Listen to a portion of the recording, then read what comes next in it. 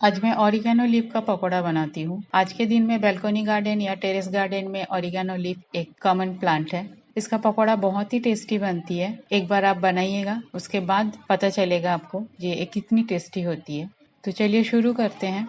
Welcome to my channel फान with cooking. यहाँ मेरे पास कुछ फ्रेश ओरिगेनो लीफ है। इसे अच्छी तरह से धो के मैं साफ कर लिया। ओरिगेनो लीफ का मैं अलग अलग पत्ता तोड़ के नहीं बनाऊंगी पकौड़ा, पूरा बांझ समेत ही बनाऊंगी। बहुत ही टेस्टी लगती है ये। इसको अच्छी तरह से टॉवल से रैप करके मैं ड्राई कर लिया। पकौड़े बनाने के लिए पहले बैटर बनाना है। तो अप्रोक्सीमेट मैं यहाँ हाफ कप बेसन ले लिया और 1/4 कप मूंग दाल का पाउडर लिया। हाफ चम्मच हल्दी पाउडर डालती हूँ, स्वाद अनुसार लाल मिर्च पाउडर, चाट मसाला।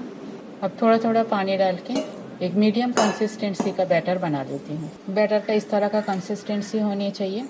स्वाद अनुसार नमक डालती हूँ, थोड़ा सा बेकिंग सोडा, सफ़ेद तिल हाफ चम्मच। फिर से मिक्स कर लेती हूँ। अब इसे थोड़ी देर के लिए रेस्ट करने देती हूँ। तेल गरम हो गया। एक एक लीफ को बैटर में डीप करती हूँ और एक्स्ट्रा बैटर को ड्रेन आउट करने के बाद तेल में डाल देती हूँ। एक बार में जितना आएगा उतना ही डालती हूँ और मीडियम फ्लेम में इसे अच्छी तरह से ब्राउन होने तक फ्राई कर लेती हूँ। फर्स्ट बैच का पकौड़ा मेरा फ्राई हो गया है। इसे तेल से बाहर निकाल लेती हूँ।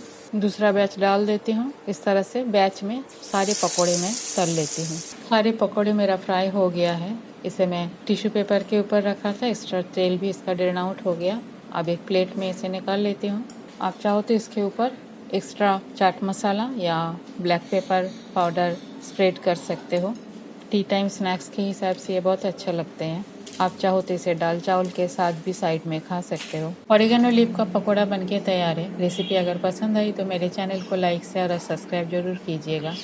एक बार आप बनाइएगा जरूर। अब बनाने के बाद अपना ओपिनियन मेरे साथ शेयर जरूर कीजिएगा। थैंक्स फ्रेंड, मेरे वीडियो देखने के लिए। आगे भी बने रहिए मेरे साथ। सिंपल होममेड रेसिपी मैं अपलोड करती हूँ। आज यहाँ तक कि मिलते हैं कोई और एक रेसिपी के साथ। तब तक के लिए bye, have a good day.